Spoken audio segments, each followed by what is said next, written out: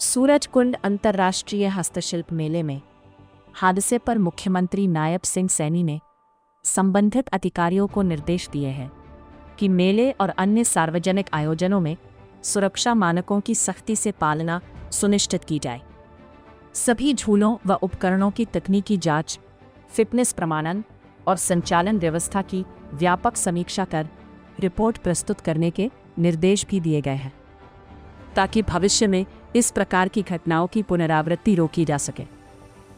मुख्यमंत्री ने कहा कि मानव जीवन की सुरक्षा सर्वोपरि है और किसी भी प्रकार की लापरवाही बर्दाश्त नहीं की जाएगी। राज्य सरकार पीड़ित परिवारों और घायलों को हर संभव सहयोग और सहायता उपलब्ध करवाने के लिए प्रतिबद्ध है। हादसे में बलिदान हुए इंस्पेक्टर जगदीश प्रसाद के प्रति अपनी संवेदनाएं व्यक्त करते हुए उन्होंने कहा कि राज्य सरकार इस कठिन समय में परिवार के साथ मजबूती से खड़ी है। मुख्यमंत्री ने घायलों के स्वास्थ्य की स्थिति की समीक्षा करते हुए जानकारी दी कि सुप्रीम अस्पताल में भर्ती 8 घायलों में से 4 मरीजों को उपचार के बाद डिस्चार्ज किया जा चुका है, जबकि 4 का इलाज जारी है। इसके अतिरिक्त बीके सिविल अस्पताल में भर्ती 4 घायलों को भी उपचार उपरांत छुट्टी दे दी गई है। सूरजकुंड मेला दुर्घटना पर हरियाणा के मुख्यमंत्री नायब सिंह सैनी ने कहा, कल की घटना दुर्भाग्यपूर्ण है। मैंने तुरंत संज्ञान में लिया है।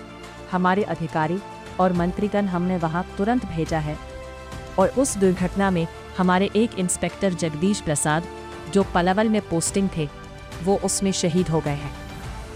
मैं परिवार के लोगों को विश्वास दिलाता हूं कि हम हर संभव सहायता देंगे। शहीद पुलिसकर्मी को आर्थिक सुरक्षा प्रदान की जाएगी क्योंकि वो ऑन ड्यूटी पर थे।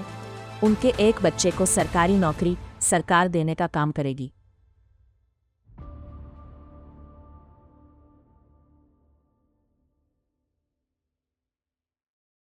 तो बड़ा जो सूरजकुंड अंतर्राष्ट्रीय हस्तशिल्प मेला वहाँ चल रहा है, वहाँ पर एक दुर्घटना हुआ है, दुर्भाग्यपूर्ण है।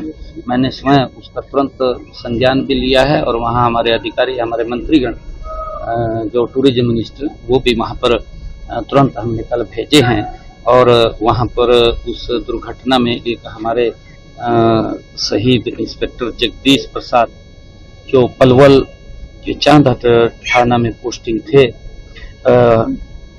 वो उसमें शहीद हुए हैं। क्योंकि लोगों की जान बचाते हुए वो जब वो टूटा तो एकदम वो अंदर जब गए तो वो उसकी चपेट में आए हैं और वो शहीद हुए हैं। मैं परिवार के लोगों को भी ये विश्वास दिलाता हूँ कि हर संभव सरकार उनके साथ खड़ी है, क्योंकि दुर्भाग्यपूर्ण है ये घटना जो हुई है और हर संभव सहायता हम मुहैया कराएंगे।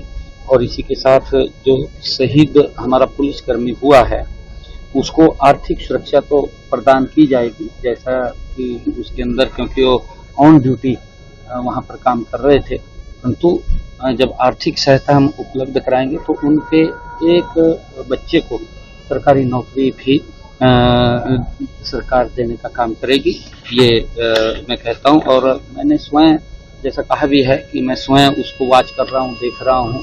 और जो हॉस्पिटल में घायल लोग हैं, वो सुप्रीम अस्पताल है फरीदाबाद में, उसके अंदर लगभग 8 लोग घायल थे, जिसमें से 4 को कम चोटें थी, वो वहाँ से डिस्चार्ज हुए हैं और 4 गंभीर रूप से घायल थे।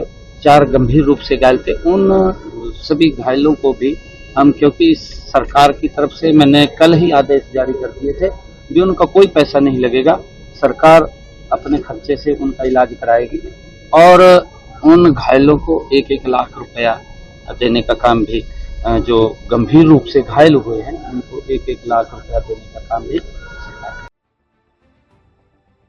सुप्रीम अस्पताल में 8 लोग घायल थे, जिसमें 4 लोग को कम चोटें थे, उनको डिस्चार्ज किया गया है। 4 गंभीर रूप से घायल है। इलाज में उनका कोई पैसा नहीं लगेगा, सरकार अपने खर्च से उनका इलाज कराएगी और उन घायलों को 1 लाख रुपए देने का काम करेगी। जांच के आदेश दिए कि क्या कारणों से ये घटना घटी, इसकी रिपोर्ट बनाकर दे।